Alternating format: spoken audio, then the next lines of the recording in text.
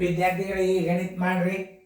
ಇದನ್ನು ಹೆಂಗೆ ಮಾಡಬೇಕು, ಹೆಂಗೆ ತಿಳ್ಕೊಬೇಕು ಅನ್ನೋದು ನಿಮಗೆ ಬಿಟ್ಟು ಕೊಟ್ಟ ವಿಷಯ. ಪ್ರಶ್ನೆದಾಗ ಹಿಂಗೆ ಮಾಡ್ರಿ ಅಂತ ಹೇಳಿಲ್ಲ, ನೀವೇ ಉತ್ತರ ಕಂಡುಹಿಡಿಬೇಕು. ಅದನ್ನು ಹೆಂಗೆ ಕಂಡುಹಿಡಿಬೇಕು ನೋಡ್ರಿ. ಕೆಳಗಿನವುಗಳಲ್ಲಿ 0.635ಕ್ಕೆ ಸಮವಾದದ್ದು ಯಾವುದು ಅಂತ ಕೇಳ್ತಾರೆ. ನೋಡ್ರಿ, ಎಲ್ಲರೂ ಮಾಡೋದಾದ್ರೆ ವಿಡಿಯೋ ಆನ್ ಮಾಡಿರಿ. ನಾನು ಲಕ್ಷ ಕೊಟ್ಟ ನೋಡ್ರಿಲ್ಲೇ ನವೋದಯದಾಗ ಏನು ಮಾಡ್ತಾನ, ವಿದ್ಯಾರ್ಥಿಗಳ ಮೈಂಡ್ ಚೆಕ್ ಮಾಡ್ತಾನೆ. ನೀವು ಏನು ಕಂಡು ಹಿಡಿತೀರಿ, ಏನು ಮಾಡಬೇಕು, ಕೆಳಗಿನವುಗಳಲ್ಲಿ 0.635ಕ್ಕೆ ಸಮವಾದದ್ದು ಯಾವುದು ಅಂತ. ಅವಾಗ ನೀವು ಹೆಂಗೆ ಕಂಡು ಹಿಡಿಬೇಕಂದ್ರೆ, ಇದನ್ನು ನೀವು ತಳಗ ಚಿಹ್ನೆದ್ರಾಗವ ಶೇಕಡಾದಾಗವ ಅಂದ್ರೆ ಈ ದಶಮಾಂಶ ಭಿನ್ನರಾಶಿಯನ್ನು ಶೇಕಡಕ್ಕೆ ಪರಿವರ್ತಿಸಬೇಕು ಅಂತ ನೀವು ತಿಳ್ಕೊಬೇಕು. ಹೆಂಗೆ ತಿಳ್ಕೊಬೇಕು, ಈ ಶೇಕಡಾ ಚಿನ್ನದ ಮೇಲೆ ತಿಳ್ಕೊಬೇಕು. ಕೊಟ್ಟ ದಶಮಾಂಶವನ್ನು ಶೇಕಡಾದಲ್ಲಿ ಪರಿವರ್ತಿಸುವುದು ಅಂತ ಅರ್ಥ ಮಾಡ್ಕೋಬೇಕು. ಅಂದರೆ 0.635 ಶೇಕಡಾಗೆ ಪರಿವರ್ತಿಸಿರಿ ಅಂದ್ರೆ 100ಲೆ ಗುಣಾಕಾರ ಮಾಡಿಬಿಡ್ಬೇಕು. ಆಮೇಲೆ ಈಗ ದಶಮಾಂಶ ತೆಗೆದಾಗ ಏನಾಗ್ತದೆ ನೋಡ್ರಿ, 635 ಆಗ್ತದ. ಇದಕ್ಕೆ ಗುಂಡ್ಲೆ 100 ಮಾಡ್ರಿ.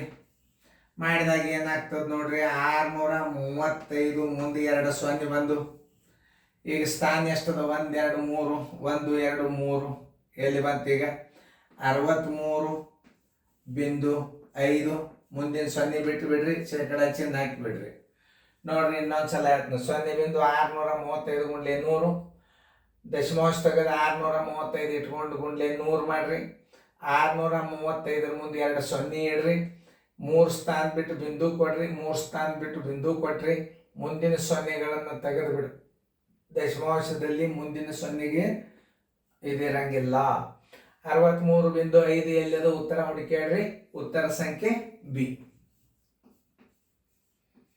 ನೋಡಿ, ಈ ಉತ್ತರ ಮೇಲೆ ನೀವು ಇದನ್ನು ಶೇಕಡಾ ಮಾಡಬೇಕು. ಕೊಟ್ಟ ದಶಮಾಂಶವನ್ನು ಶೇಕಡಾಕ್ಕೆ ಪರಿವರ್ತಿಸಿರಿ. ಮಾಡ್ತಾನಲ್ಲ ವಿದ್ಯಾರ್ಥಿ.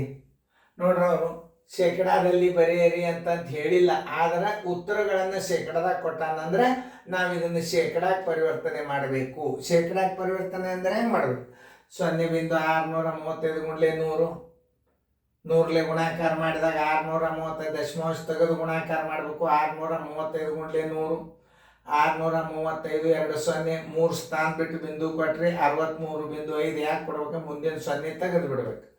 ಯಾವಾಗಲಾದ್ರೂ ಉತ್ತರ ಇಡಾಗ 0ಗಳನ್ನು ಇಡತಾನೊಮ್ಮೆ ಇಡಂಗಿಲ್ಲ.